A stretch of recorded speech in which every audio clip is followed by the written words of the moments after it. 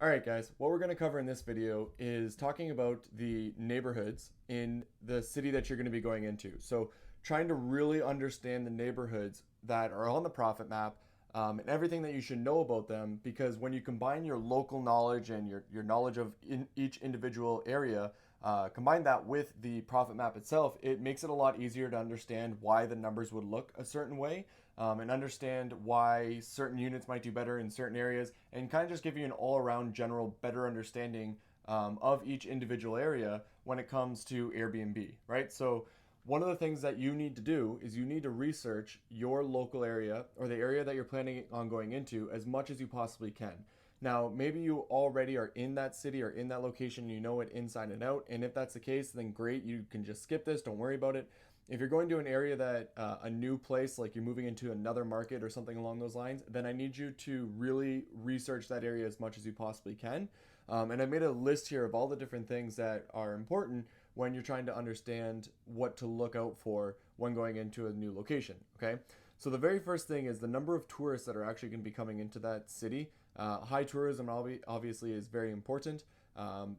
How many tourists are coming in? How many Airbnbs are there, right? So what's the supply and demand kind of look like? Another thing is, why are people traveling there? So like, what is the main reason that people are actually coming?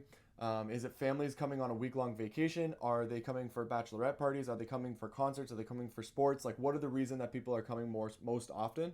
Kind of like there's articles out there that you can go onto Google and find the reason why people are traveling to Chicago, New York, San Francisco. Smaller towns are going to be harder to get that kind of relevant information, but you should be able to figure it out based off of what are the tourist attractions within the city. So that's another thing that I have written down here. What are the main tourist attractions, right? And where are they within the city? So for Chicago, there's the downtown area is a very high touristy location, and there's also a main pier that's there. I can't remember the name of the pier because once again, I'm really bad when it comes to pulling up names in my brain when I need them. But there's a pier that's really traveled to there. Like a lot of people will actually go to the pier. I'm gonna have to cut this out because this is rambling about nothing. So you want to know why people are actually traveling to that specific location. What are the tourist attractions? Where are those tourist attractions within the city? How many people go to each one of the different attractions and why? Right. Once again, I'm gonna always bring this back to the type of people that are going there. So what are the type of people that are coming in for traveling? What are the type of people that are going to each one of the different tourist attractions, right? Is it families? Is it sports? Once again, is it like just people going for the bachelor party? Is it a group of friends just kind of all getting together? What are the different reasons? You want to know within each neighborhood as well what type of people are attracted to those neighborhoods, right? So I always talk about Chicago, and Chicago has one area called Wicker Park, very hipster area. So there's a very specific type of people that are going to be going there. Lincoln Park is kind of like the family location. Right downtown is going to be your younger crowd that's going to be just traveling in groups, or couples are going to be coming by, right? And so you kind of get an idea of each different neighborhood and who's going to be coming into those neighborhoods, right? What kind of walk score does each neighborhood have? There's you can go online and actually look up the walk score of locations. So you can put in an address and it gives you a walk score. And a walk score is how walkable is that area for walking to restaurants, walking to tourist attractions, walking to get groceries, like getting coffee, whatever it may be. What is the walk score? The higher the walk score, the better it's going to be, so that people can easily just walk out of their Airbnb listing and have all the things that they want to have, right? Also, like public transit and parking, how close is that?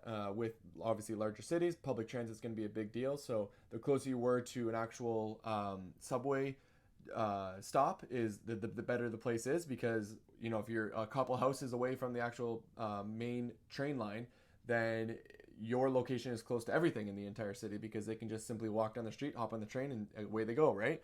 um, vibe is a weird kind of word to use, but what kind of feel do you get when you're in that neighborhood? So if you actually are planning on going to a new location, or maybe you've just gotten to that location, go to all the different neighborhoods and get a feel for them. How do you feel? Do you feel safe? Do you feel comfortable? Do you feel relaxed? Do you feel scared? Do you feel nervous? Like, how do you feel when you're actually walking around? Is it just like, imagine yourself as a tourist and they walk out the front door? How are they going to feel in that area, right? The safer, the more comfortable, the more relaxed they feel, the better it's going to be, and the better that neighborhood is going to be for getting reviews, everything along those lines, right?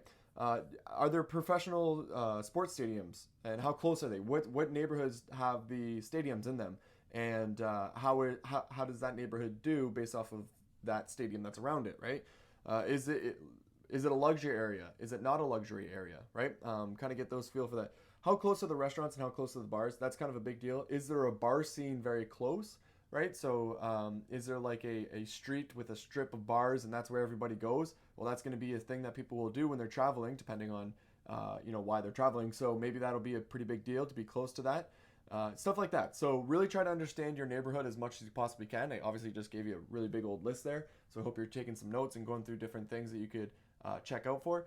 Becomes really, really important, okay? Because when you're actually going through the profit map and you're looking at these different neighborhoods, you're going to see some neighborhoods that are doing well and worse, and some units that are doing better than others within the same neighborhood. And you need to understand what kind of like why that would be, right? So like a good example is there's this one neighborhood that's kind of an upper class neighborhood, and the smaller units are doing really well in comparison to another location. And I simply know that just because it's a luxury product, and so naturally they're going to make more money. And then there's other spots where larger units do significantly better, and I know that because I know the supply of units that are within that neighborhood. They have those 4 bedrooms where a lot of the other locations just don't have those 4 bedrooms, right?